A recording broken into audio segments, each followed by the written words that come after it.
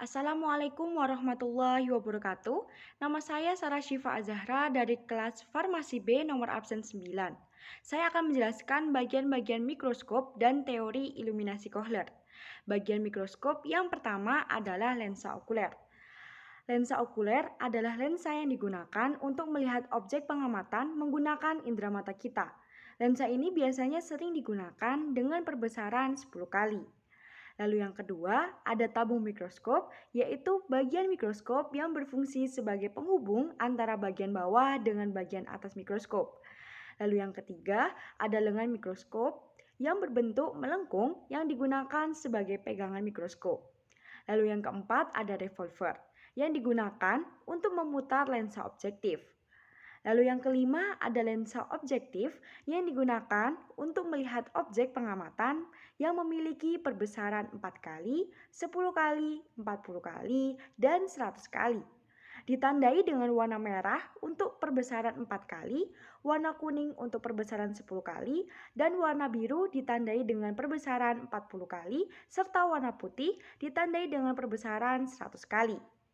Lalu yang keenam, ada mikrometer atau yang disebut dengan pengatur halus, yang digunakan untuk mengatur tinggi dan rendahnya meja objek secara halus dan memfokuskan objek pengamatan secara halus dan lambat. Lalu yang ketujuh, ada makrometer atau disebut dengan pengatur kasar, yang memiliki kegunaan yang sama dengan mikrometer, namun bergerak secara cepat dan juga kasar. Lalu yang kedelapan ada kaki mikroskop.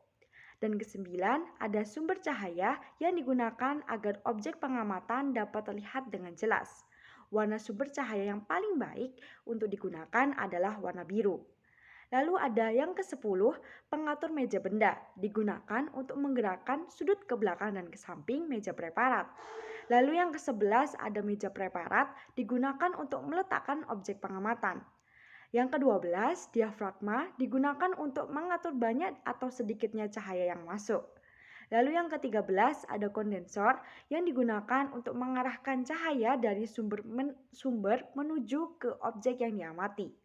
Lalu ada yang terakhir yaitu penjepit digunakan untuk memegang objek pengamatan. Lalu selanjutnya saya akan menjelaskan teori iluminasi Kohler. Iluminasi Kohler merupakan metode untuk mengatur cahaya untuk mendapatkan resolusi terbaik.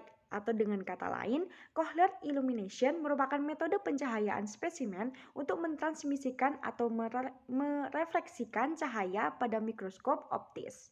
Nah, tujuan dari metode ini yakni menyamaratakan pencahayaan pada sampel dan memastikan gambar dari sumber cahaya tidak muncul di hasil gambar yang didapatkan. Nah, pengaturan pencahayaan dilakukan dengan mengecilkan sumber cahaya, menaikkan kondensor, memosisikan cahaya yang diteruskan kondensor agar fokus dan tepat di tengah. Nah, sekian dari saya. Wassalamualaikum warahmatullahi wabarakatuh.